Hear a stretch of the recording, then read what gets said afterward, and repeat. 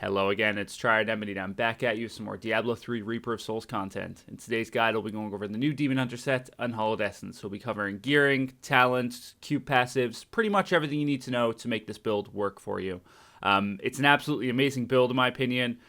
You can push pretty high greater rifts. We've managed like 59 with it, which is pretty decent, I suppose. But yeah, it's really competitive. It's really good, and it deals just a buttload of damage. Absolutely fun to play. So yeah, guys, let's get started.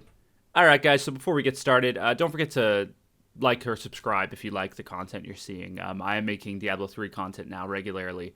I'm also streaming on Twitch. You can get the link in the section below. But anyways, to the actual build itself, this is the new set. It's called Unhallowed Essence. Absolutely fantastic.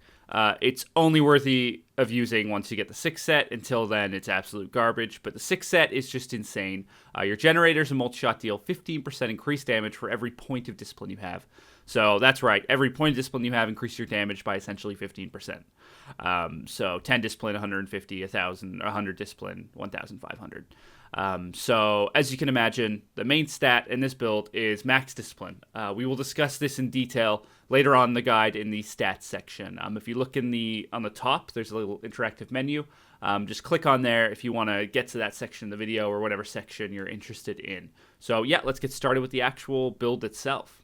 All right, guys. So getting straight into the build, it's slightly adjustable depending on like what you're doing, greater rifts, normal rifts, maybe doing hellfire bosses, things like that. But for the most part, it stays the same. There's like one or two interchangeable skills and passive skills. So the bread and butter of the build is multi-shot, obviously being specified in the set bonus. Multi-shot deals extra damage. Now, fire I've found is like clearly better than the rest. I mean, I tried out, suppressive fire? No, not suppressive fire. Sorry, full broadside. And the damage in comparison with like equivalent gear was absolutely garbage in comparison to Arsenal. I'm not sure why it scales so well. It's got to be the rockets doing that extra damage with ballistics, but like I would have thought physical would have been like at least comparable. It really wasn't, from what I saw. I mean, you can still like do T6 and like T8 with it, but once you start getting towards T10, you really want the fire damage. So that's not really changeable, multi-shot with Arsenal. I'd say definitely go with that. Unless, like, you're just gearing and, like, maybe you've picked up a bunch of physical damage, which is pretty much what I did at the start. I'm like, everything has physical on it, I'm just going to go physical. But, yeah, aim for fire. Primary skills, slightly adjustable depending on how you're playing. Evasive fire with focus is the way I've gone because I'm synergizing that with Ice Blink, my legendary gem for the slow. Along with, instead of backflipping, I don't like that. And also it gives you huge focus regen, which is really, really nice. I've seen people play with Entangling Shot. Wudajo, like the god of Demon Hunters, actually plays with bolas, with the bow that pulls everything in, 20% chance to push his like greater of 63 and stuff. But that's like, yeah, it's really good, but I haven't really tried it, and he's a god, so whatever he does doesn't apply to everyone else generally. But anyways, the action bar skills I'm going for, prep with invigoration, really important because that gives you huge damage bonus off your set bonus. 15 max discipline is 15% times 15, so it's just absolutely amazing. You can't really go for anything else there because that's just literally raw damage you're getting from that. Vault, I really, really like Vault in every Demon Hunter build. I think everyone should use it. If you're not, use it now. Because even in greater rifts, like when you're pushing higher greater rifts, you think, oh, I don't need to vault away because I'm playing really slow. But actually, you should be like vaulting in and gathering everything up and vaulting away and AoEing it down. But anyways, Vault with Trail of Cinders. Now, this depends on your gear. I'm cubing Cinder Coat. So this actually makes Vault Trial of Cinders cost the same as Acrobatics. But I get the 300% weapon damage when things follow me. So it's not actually much damage, but it's still better than no damage. Not Acrobatics, sorry. Tumble. If you don't have Cinder Coat cubed or equipped, use Tumble, because that's actually much more efficient for your discipline. And discipline efficiency is you don't want to burn through your discipline because you're essentially lowering your damage, which kind of sucks. Now, this is the interchangeable skill. I use Smokescreen with Special Recipe. Reduces a resource cost to 10 discipline. If you are using Smokescreen, you can also use like Lingering Fog or Vanishing Powder. They're both pretty viable. I like Special Recipe because it does lower the discipline cost, and if you are in situations where you're spamming it, your damage isn't going down by quite as much as it would be with the base cost of 14. So that's definitely something to keep in mind. We'll go over the interchangeable skills of that in a bit. And then I'm using Companion, Wolf Companion. I find this kind of like you don't want to not use this because the burst damage with your Conversion of Element ring, it goes up by a lot with all the multipliers. So for like those elite packs, when your conversion's coming up and this is procced, the damage is absolutely insane. So I wouldn't really swap that out. Maybe if you're solo farming and you're like absolutely shredding stuff, Bat Companion is a good solution because you don't run out of hatred as much. You can just shred stuff a bit quicker. Passives, we'll go over those now. I'd say the passives are fairly set in stone, but I've seen people on top of the leaderboards doing different things. So obviously it's interchangeable, but it just depends on your play style, I suppose. I like all the damage ones, so Ballistics, Ambush, Call of the Week, and then Steady Aim, which is on my neck. The damage from all of those combined is just like the multipliers in this build make your damage go insane. Like we're seeing like average like 800 million crits to 1 point something billion. And then with conversion up, it's like sometimes you see like 5 bill crits and stuff. So yeah, this is some pretty serious damage once you start stacking these up. So Ballistics goes hand in hand with Arsenal, with the rockets. Absolutely crucial when you're using Arsenal.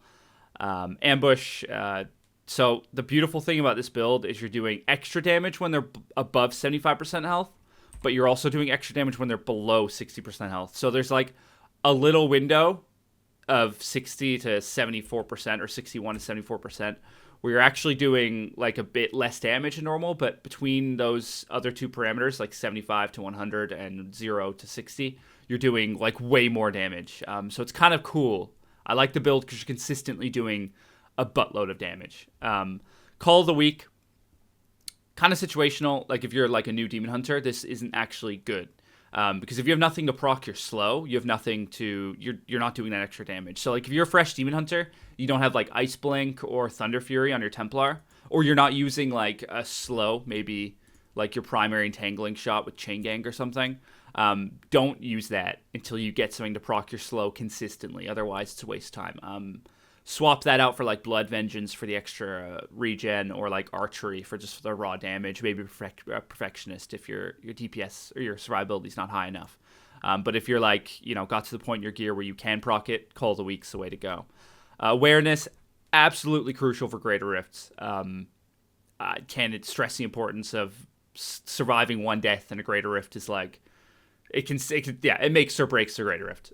So definitely crucial for those. If you're doing normal rifts, it doesn't really matter. If you don't mind dying once in a while, swap in whatever, like Archery, Blood Vengeance, maybe Tactical Advantage for that extra efficiency. Night Stalker is really good. But if you're doing Greater Rifts, absolutely crucial. In terms of steady... what am I thinking of? Sorry. In terms of steady aim, it's probably more important than Call of the Week if you have like a low proc chance on Call of the Week. But yeah, those are the passives you mainly want to use. I've seen a lot of people use Blood Vengeance on top of the leaderboards as well, and Night Stalker, both very, very good. But yeah, those are the skills. Let's talk about the optional changes for Smokescreen now. Probably should have just done this earlier. I'm seeing a lot of people play with Caltrops with Bait the Trap. Caltrops activates your slow from your Bane of a Trapped plus your talent, which is amazing. The 10% crit damage is nice. I mean, you can't really go wrong once you start turning on those enemies with your Ring of Convention or Convention of Elements up. The damage is crazy. So that's definitely a way to go.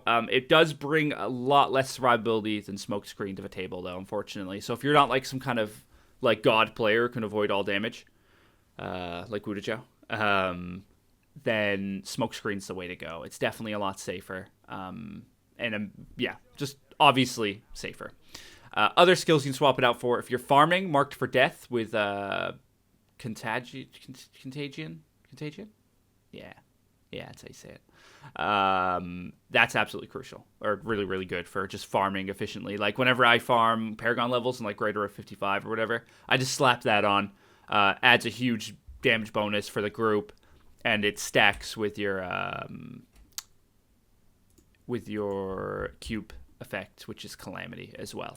Apparently, I'm pretty sure it does. I've read loads of places it does, and it feels like it does. So it seems like the damage numbers are going up as well. But yeah, guys, that's the build. Slightly interchangeable. Definitely very, very, very fun.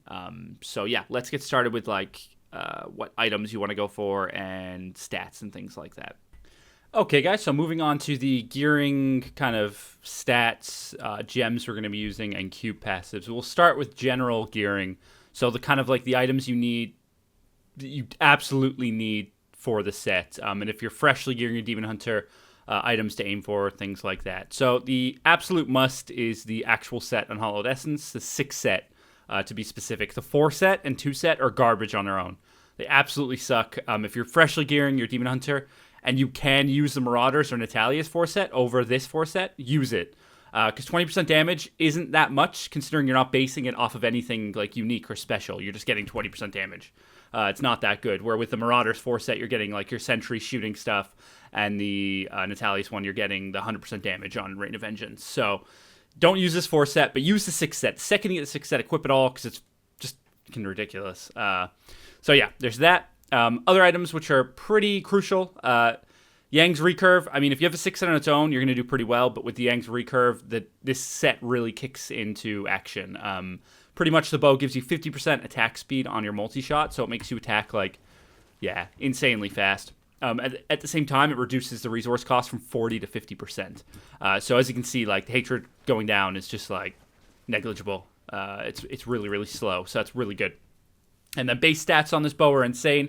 Percent damage and dexterity with all the reduced resource cost. We'll go into the stats for like reforging and things in a minute. Dead Man's Legacy, another must for the build.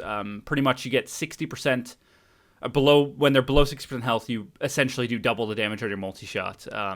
Yeah, I mean, what else is there to say about this? Absolutely insane. Now, Wraps of Clarity, not crucial, but a very, very good item to go for this slot. Reduces your damage taken by 30 to 40% whenever you cast a Hatred Generator. So every time I use Focus, yeah, I get the buff, which brings up my toughness by a crap load. So that's definitely crucial for Greater Rifts later on. The other items, I mean, Hunter's Wrath, this is a pretty clever move by Blizzard. I really like what they've done here. They've kind of steered us away from like other DPS belts, and they've given us this belt with this awesome effect, which is primary attacks deal or go 30% faster and deal 60% damage extra. It's 45 through 60, but yeah. So what this enables us to do is actually build like a boatload of defensive stats on our belt while maintaining that DPS. And the DPS on this isn't necessarily the best, but it's the hatred regen you get from that 30% attack speed. So the 60% makes your main ability kind of relevant. Like, I still like C5 and milk crits and stuff like that, but it's so fast that your hatred just goes up. It just adds that whole fast-paced like dynamic to the gameplay, which is just awesome. Obviously, Witching Hour is another viable solution, but I honestly feel like this is just a huge... It's not a sheet DPS upgrade, but it's essentially a bigger DPS upgrade because of the hatred regeneration. Your sheet DPS will obviously look completely worse in comparison to like a perfect rolled, 50% crit with attack speed and stuff. But yeah, this is definitely the way to go. And then other than that, Focus, Restraint, I'd say these are pretty crucial. The damage you get, 100% damage for 5 seconds, and that's up 100% of the time if you play it right. Yeah, you can't really go wrong with those. Convention of Elements, if you can't get hold of those rings, use Convention of Elements like an SOJ, Unity, something like that, until you can actually get hold of the combo. And then neck-wise, Hellfire Amulet is what I'm using. I would definitely farm these out, guys, because they're very, very, very easy to farm at the moment. You can get machine drops just straight on their own. You don't have to farm the keys anymore. I think I farmed this one out. It's pretty mediocre as well. It's actually better than I thought it was when it dropped. But yeah, it took me probably like 2 hours or something. I crafted like 12 necks at once or something, and this is one of them. And then stats to aim for on that are crit chance, crit damage, dexterity, and then the socket, and then one of your mainstream passives. The reason mine's rolled fire damage, by the way, is because my crit with Ice Blink up is actually 10% over my 10-to-1 ratio for my crit damage. So I'd actually be, like, imagine if that had 10% crit plus 10% off my Ice Blink gem. I'd be at 60% with only a 418.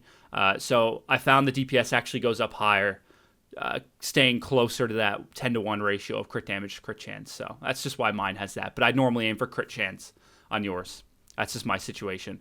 So yeah, I'll just go over the stats you want on some certain items. So stat-wise, it's very similar to what it's always been with Demon Hunters. Crit chance, crit damage are pretty much reign supreme over most slots where you can roll certain things on, like rings, neck, bracers, and then obviously you want to go for your elemental damage. So on the rings, like your ideal focus would look like mine, but instead of the true damage on it, 80 to 160, it would have crit chance. Pretty simple. And then the ring, that one, instead of attack speed, with a crit chance. But it doesn't really matter. Like, if you can manage crit damage and, like, another DPS stat on these, it's fine. You're obviously losing DPS compared to what you could, but it's still in a good position. Like, our DPS here, we don't have crit on either ring, and, like, we did greater at 59, and we pretty much cleared 60 at this point. That's with, like, 48 hours played or something. So the DPS on the rings isn't really a huge... blow my own trumpet there, but yeah, it isn't really a huge issue if you can't get crit chance on these. Glove wise, again, it feels nice to build a bit tanky on your character, which I love to do for once on a Demon Hunter, because like pretty much all damage reduction we get from gear multiplies by that. So aim for vitality, crit chance, crit damage on that. I mean, if you feel confident enough, go for something else. Like resource cost reduction's great on gloves. Maybe attack speed, but honestly, I feel like vitality is a good way to go. And then shoulders, really good combo. Dex, Vite, all resist, area damage. Area damage on hit is like freakishly good on Demon Hunters. We gain like huge amounts of DPS from this. So having that extra bit on top of your Paragon points really does work wonders. So definitely try to aim for that like magical combo on there. Helm, I'd like to say I want multi-shot damage on there, but the vitality works really fine, and this one rolled really, really well. So I'm happy with that, to be honest with you. Dexterity, Vite, crit chance, but I mean multi-shot. If you can get the multi-shot on there, go for it. But I kind of do like the vitality. I think when I'm pushing like Greater Rift 62-ish, maybe 61, I'll be getting multi-shot Helm. But until then, this is pretty good. And then the physical resist on there is nice as well. Everything else, okay. The main thing about this build, probably should have started with this. Maximum discipline, guys. It's like the stat to have on... I showed you the items that can't have max discipline. The items that can have it, like your chest, bow, chest... that's not your bow. Chest, quiver, and bow. You have to max your discipline on there. So, like, let's say I had, like... Rain of Vengeance damage on my third thing instead of reduced damage from elites. But I didn't roll, I rolled like 9 max discipline on it, okay? So that's the scenario. I can re-roll one of them. Well, you'd think, well, oh man, like 3 max discipline, re-roll the Rain of Vengeance damage, get some like all resist or something. No, re-roll 9 to 12. 45% damage. Like, what else do you want? 45% damage or a bit of all resist? It's kind of a no-brainer. You want max discipline. You want the most on there. The difference between 1 and 2 is gigantic. 15% damage. I can't stress that more. 15% damage is ridiculous. And the same applies for like your bow and stuff. This one only rolled 11, but I'm automatically... I can gain 15% just off re-rolling that anyways. And it works out okay on that. And then your bow... like, I got into a really kind of shitty situation with this bow. It rolled a socket, so I couldn't, put a gift on it. So, yeah, it rolled a socket. I'm technically 1 stat down on that. So if it didn't roll a socket, any other stat would have been better than the socket, literally, because I could have just put the gift on it, and I would have been fine. So, like, I could have had life on hit on that, and I'd be happy. Actually, I'd be really happy with that anyways, but... Yeah, so with your bow, again, you want to roll the max discipline. most of the time. I think it's going to be pretty much all of the time you want to roll max discipline on that. Unless it's at like maybe 11 and you can re-roll the damage 300 higher or something. But yeah, it's kind of situational with the bow. And then yeah, same with that. So yeah, guys, that's pretty much it for the gearing. Belt, aim as defensive as possible. Maybe instead of like life on it, you can get some life per second if you're feeling like your sustain isn't high enough. You're not killing stuff fast enough to get those life globes out. Maybe reflect damage is giving you an issue, something like that. But yeah, generally you can aim as defensive as you want. Like legs, 740 armor, can't complain. Boots, this is you see people doing different things here. I like to roll out the get rid of the movement speed and get another stat on there just for the extra defensive stats. Yeah, I'm losing a bit of agility, but I kind of like having that extra armor as well as the movement speed. You're only sacrificing a bit of agility, so it's dependent. You see people, I've seen people first, second, third on leaderboards, some with movement speed, some with not. So it's personal pref. But yeah. Anyways, guys, that's it for the gearing. We'll go over to gems now. Gem options, there's quite a few.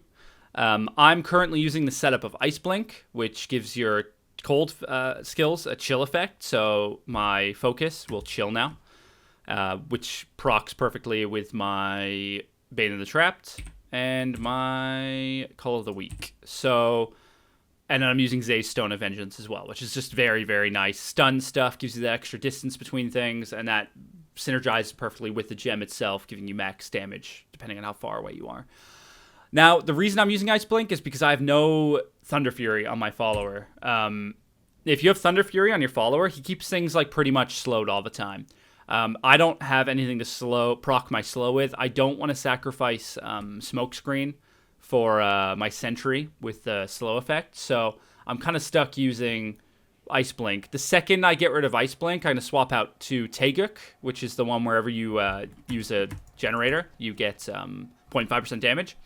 Or I'm going to test it out with Bane of the Stricken, because I really like this gem. I know Rift bosses aren't all what they used to be, but they still take up a decent amount of the time proportional to your Greater Rift, even now, for Demon Hunters. So...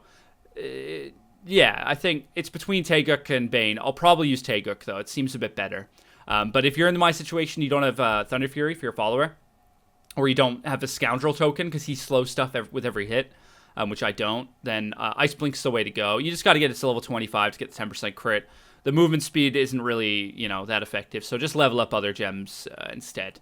So just get that to 25, get the 10% crit, and then go from there. But yeah, the 10% crit's noticeably nice as well, so it's not like you don't lose... It's not completely uncomparable to other gems because the 10% crit's on there. But if you guys have any other suggestions for gems, let me know in the section below, because I just like to see why people pick the ones they pick. Because you see it all over the leaderboards, everyone is something different. It's interesting to see why they've picked those. So let me know, comment section below, please. And let's go over to the Canai's Cube passives. So these are fairly adjustable, but there is a clearly better scenario than others. The three I'm going to recommend to you is Calamity, Cindercoat, and Convention of Elements. Calamity gives you pretty much permanent 20% damage, Cindercoat 30% resource cost reduction, and Convention of Elements 200% damage. So when you actually learn it's kind of like a WoW rotation or something. When you learn when it's coming up and when to start pooling your hatred, you can maximize your DPS like crazy, especially if you kind of half time your Wolf Companion to come up when the Frost comes up, ready for the fire. But yeah, Calamity is definitely a good choice to go for. Before I was using Calamity, I used Odyssey's End because I literally could not get Calamity to drop, and I could not craft it at all. I'd be really interested to try out Crider Shot with freezing. So it's pretty much you put on Elemental Arrow and then Frost Arrow. I really want to see how this works, because then you could kind of always have your slow effect on everything, and then your Elemental Arrow would be doing pretty good damage as well. So I'd like to see how that works, but I have yet to see a Crider drop. A Crider Shot drop. Now, if you've watched Wudajo's video, he played with Leonine, sure, which Boulder Shot has 20% chance to pull everything in, which, if you watch the video, it's just awesome. It really works really, really well. And I did have the thought of trying that, and then I was like, no way, that's going to be better than 20% damage, but that guy, proved that it's so much better. But again, it's kind of down to play style. That guy goes ham. He gets right in the middle of the room. He doesn't run smoke screen. He knows what to avoid. He's really, really good. So that works out for him. Where with Calamity, it kind of like it's a bit better for safe play. Like you are doing consistent damage. You don't have to think as much as using that. So if like you're just casually pushing like greater of 55 or whatever, Calamity's probably the best way to go. But that thing is like insane for pushing greater rift. So it's definitely a good way to go. Cindercoat. Before I used Cindercoat, I used Hexing Pants of Mr. Yen. Really good. You have to keep moving, though. If you don't keep moving, which I do anyways, but I see a lot of people standing still, might not suit your playstyle that much. So Cindercoat the second you can. Just drop Kadala shards and maybe craft it with your upgrade on your cube. Other than that, I wouldn't really recommend too much more. I mean, yeah, those are probably the way to go. Convention of Elements. You can swap with Unity if you're having survivability issues, but you're a Demon Hunter. Just go for DPS. Just learn how to avoid stuff. It's easier. But yeah, guys, that's it for the Q passives. Again, if you have more that you use, let me know in the comment section below. Let's check out some... just really quickly, your follower. Pretty much Templar with freezes deflection's pretty good. Blocking an attack has a chance to freeze the attacker. I think that works. And then put a Leorc Signet on him as well. It gives you 30% increase. It gives him 30% increase bonus EXP, which translates over to you, which gives you 6. So it's better than nothing. And then the S of Johan pulls everything in once in a while and slows it as well. So that brings up pretty much everything is slowed. So you can use your increased damage on them from your gem and your passive and stuff. But yeah. Okay, guys, let's get on to some gameplay.